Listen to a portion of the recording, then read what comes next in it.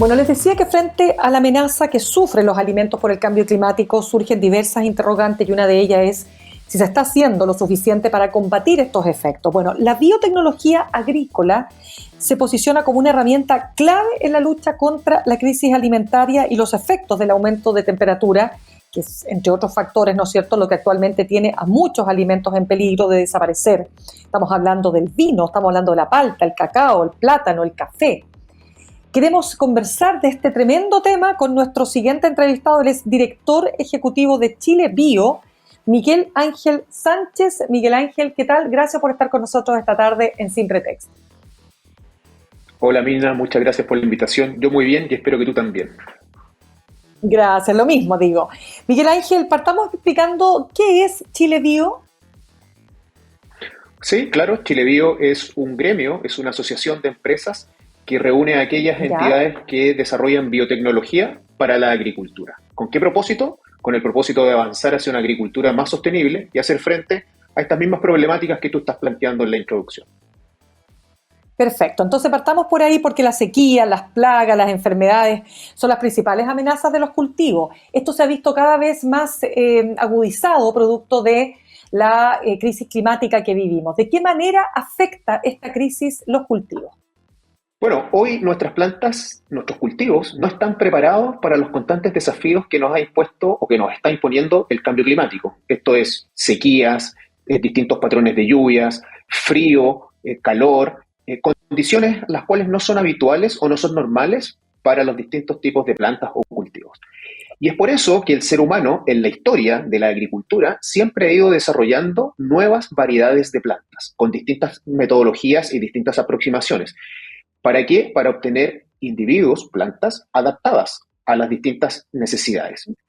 Hoy en día, en esta situación de urgencia en la cual nos encontramos, la biotecnología nos permite reducir considerablemente los tiempos para obtener o desarrollar nuevas variedades de plantas. Y de esa manera, en pocos años, obtener, por ejemplo, variedades tolerantes a la sequía, es decir, que puedan crecer con menos agua, variedades resistentes a enfermedades, es decir, que no tengamos, primero que tengamos cultivos que puedan resistir cierta enfermedad o infección, pero a su vez que nos permita utilizar menos insumos para controlar esas enfermedades, cultivos adaptados a distintas condiciones o incluso podemos mejorar las características nutricionales de los cultivos para llevar más nutrientes a la población. Ya, vamos entonces déjame hablar primero de aquellos que están hoy día, de los cultivos que hoy día están amenazados, tal como yo hablaba, el vino, la palta, el cacao, el plátano, el café. ¿Qué se puede hacer respecto de ellos? Bueno, por ejemplo, el plátano, que es un caso que conozco muy bien, el plátano está en peligro de extinción. Mucha gente ignora esto. ¿Y por qué? Porque por una enfermedad causada por un hongo. Eh, los plátanos son, por la biología de la planta, son todos clones entre sí, ¿sí? Es decir, son genéticamente Ya. idénticos los plátanos, ¿sí? No hay diversidad dentro de los plátanos comerciales, los que nosotros consumimos. Entonces, como hay una debilidad genética en esta variedad, hay un hongo que se aprovecha de eso y está afectando su supervivencia. Y eso significa que eventualmente todos los plátanos que se infecten van a morir, producto de esta enfermedad causada por este hongo que se llama el hongo fusarium. No existe ningún método, por ejemplo, al día de hoy, ni biológico ni químico, que permita controlar esta enfermedad. La única aproximación que ha dado resultado es desarrollar una variedad de plátano a la cual se le ha hecho un mejoramiento genético, es decir, se le ha introducido un gen proveniente de otra variedad de plátano y ese gen produce una proteína que le permite resistir el ataque del hongo.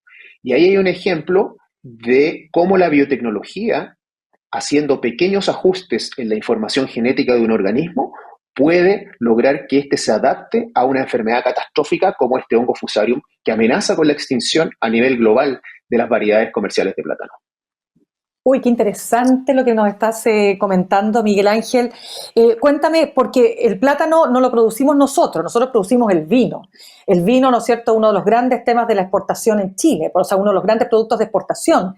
¿Cómo se puede ver afectado precisamente los viñedos con estos, digamos, con las consecuencias del excesivo calor en verano, el cambio climático en definitiva? Bueno, También en el caso de las vides, los hongos son los que se están aprovechando de los cambios climáticos que estamos enfrentando. El hongo botrytis es un hongo que genera severas pérdidas en la producción de vides, no solo en Chile, sino que a nivel global. Siempre ha sido de interés desarrollar variedades de vides resistentes al hongo botrytis, es decir, que cuando este hongo infecte, la planta pueda defenderse y ser, entre comillas, inmune al ataque de este hongo. Eso se ha logrado. Hay distintas iniciativas con distintos enfoques. Incluso en Chile hay iniciativas que ha llevado a cabo el Instituto de Investigaciones Agropecuarias, que depende del Ministerio de Agricultura, en desarrollar con biotecnología variedades resistentes a este hongo. Hoy día estas vides están siendo desarrolladas, hay bastantes avances, pero aún no están disponibles comercialmente. Hay que pasar por toda una etapa de regulación y demostrar la seguridad de todas estas variedades para el consumo humano, animal y ambiental, y posteriormente esto se podría comercializar. Y la palta, que es otro de nuestros productos de exportación. Bueno, lo mismo, la palta tiene muchos requerimientos de agua, etcétera, y hoy día el cambio climático podría poner en riesgo la producción de los paltos. ¿Por qué? Porque estamos pasando por situaciones donde antes donde llovía, hoy día no llueve, y viceversa, lugares donde antes no llovía, hoy día está lloviendo. Entonces, tenemos que adaptarnos a las nuevas condiciones y en general, para los distintos tipos de cultivo, tenemos que lograr que estos puedan adaptarse. Y esa adaptación no puede ser en el largo plazo, sino que tiene que ser en el corto plazo en beneficio nuestro como sociedad. Y cuéntame, cuando hablamos de productos que van a desaparecer, a menos como lo que tú explicabas con el plátano, ¿no es cierto? Que se genere un producto alternativo, que sea igual al plátano, supongo, ¿no? ¿Qué otros productos van a desaparecer? ¿Qué otras, de lo que hoy día conocemos?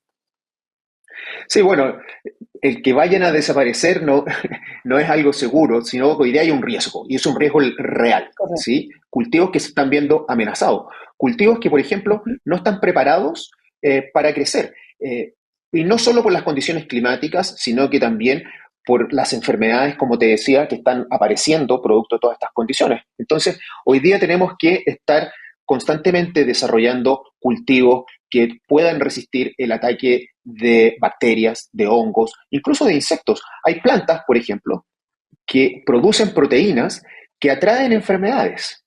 Entonces uno dice, bueno, ¿cómo puedo lograr que esta planta se vuelva resistente? Bueno, hagamos que no produzca esa proteína que atrae la enfermedad. Y eso se ha hecho y existen varios ejemplos de productos que están en etapa avanzada de desarrollo, es decir, que prontamente se van a comercializar, en el cual se deja de producir una proteína específica y la bacteria que llegaba a infectar ya no llega porque no encuentra la proteína que la atrae, ¿sí? Y logramos que la planta se vuelva resistente.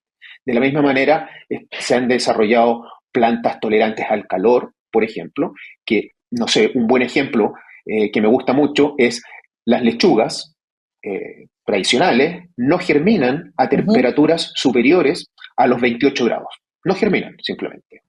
Hoy día, gracias a la biotecnología, se ha podido desarrollar variedades que germinan con tasas superiores al 75% a temperaturas cercanas a los 37 grados Celsius. Y ahí hay un impacto real. Ahí es donde podemos generar variedades que sean un aporte para los agricultores, sobre todo los pequeños agricultores, y nosotros los consumidores, que ante estas nuevas situaciones y condiciones podríamos, en algún caso, quedarnos sin los cultivos o los alimentos a los cuales estamos acostumbrados.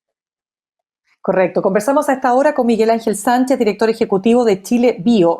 Así como tú puedes desarrollar un cultivo que sea más resistente al cambio climático, también puedes, y es lo que te quiero preguntar, agregarle mayor valor nutricional. Sí, eso se puede y eso se ha hecho y eso ya existen ejemplos comerciales.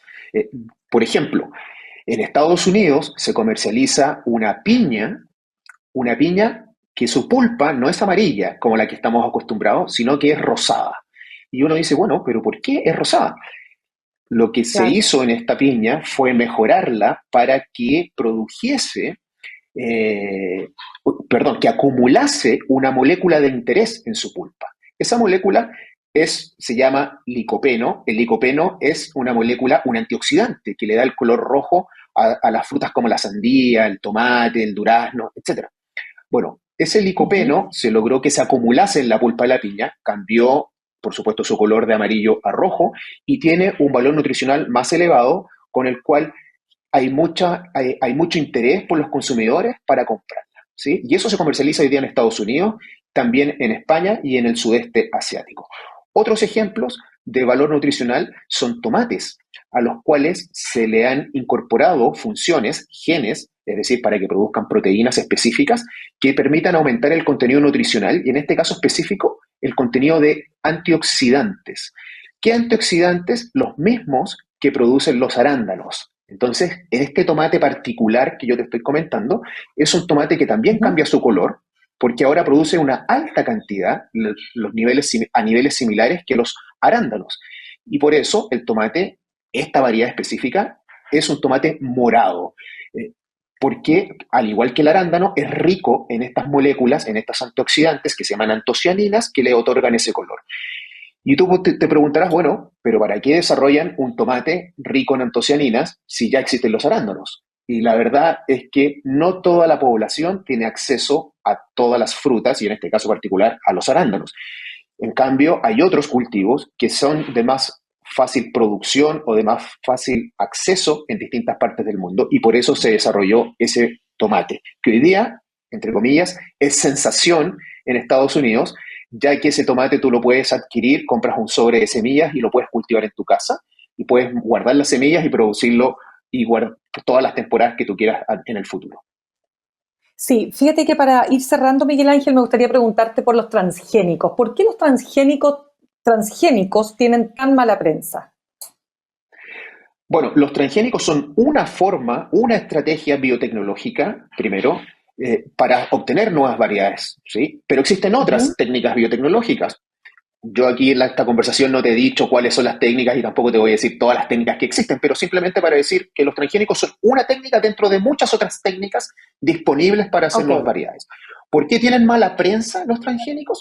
Porque fue la primera herramienta biotecnológica que se empezó a utilizar hace ya unos 40 años atrás y nunca, desde el sector público y desde el sector privado, nunca se explicó bien a la ciudadanía de qué consistían estas herramientas. Eso permitió el que no se explicase de manera correcta, que no se sociabilizase bien de qué se trataba esto, permitió que se alimentase una ola de teorías conspirativas y de efectos dañinos que podría tener esta tecnología. Nunca nadie lo salió a aclarar hasta allá hace unos 5 o 10 años atrás, donde los países, los estados, no solamente el sector privado, sino que los estados se han dado cuenta que la tecnología es muy relevante para contribuir a adaptarnos a los desafíos climáticos y hoy día sí que hay campañas de información en los países financiadas por los estados para aclarar estas temáticas. Ejemplos, en China, en Estados Unidos, en África existen muchas iniciativas llevadas a cabo por los estados para aclarar las confusiones que existen sobre la tecnología. El consenso científico es a favor del uso de tecnologías como los transgénicos, que insisto, no es la única, es una dentro de muchas otras herramientas. Se reconocen los beneficios, se reconocen sus potencialidades, se reconoce su seguridad, pero sin embargo, como tú planteaste en tu pregunta, mucha gente desconfía de ellos porque no conoce lo que son o cuál es el alcance. Y ahí hoy día es O, donde claro. mucho interés hay en salir a aclarar estas temáticas. No, o por ejemplo, la típica relación que hay con el tomate transgénico que se considera, uno dice, este tomate es transgénico porque no tiene sabor a nada. Claro, ahí hay un súper buen ejemplo el que tú me acabas de dar, porque hasta antes del tomate morado que yo te describí hace unos minutos, que se autorizó su Ujú. comercialización en febrero de este año 2024, Mira, antes de ese tomate no hubo ningún tomate transgénico en el mercado en los últimos 30 años. Entonces, cuando la gente imagínate. hablaba de los tomates transgénicos son un mito, no existían comercialmente, sí a nivel de investigación, de desarrollo, pero que el tomate no tenga sabor o que sea más arenoso no es porque sea transgénico, obedece a otras cuestiones. Por ejemplo, a que las variedades que se obtuvieron por otros mecanismos no biotecnológicos no tienen control de las distintas características. Con la biotecnología uno controla todas las características de interés y solo va a producir el cambio en aquellas características que desea que cambien. como lo conversamos anteriormente, en hacerlo tolerante o resistente a la sequía, en mejorar el contenido nutricional, pero sin afectar ninguna otra condición. Miguel Ángel Sánchez, director ejecutivo de Chile Bio, te quiero dar las gracias por ayudarnos a entender este fenómeno de cómo el cambio climático afecta a los cultivos, pero también darnos esperanza de que la biotecnología puede ayudarnos a lograr enfrentar de mejor manera este desafío.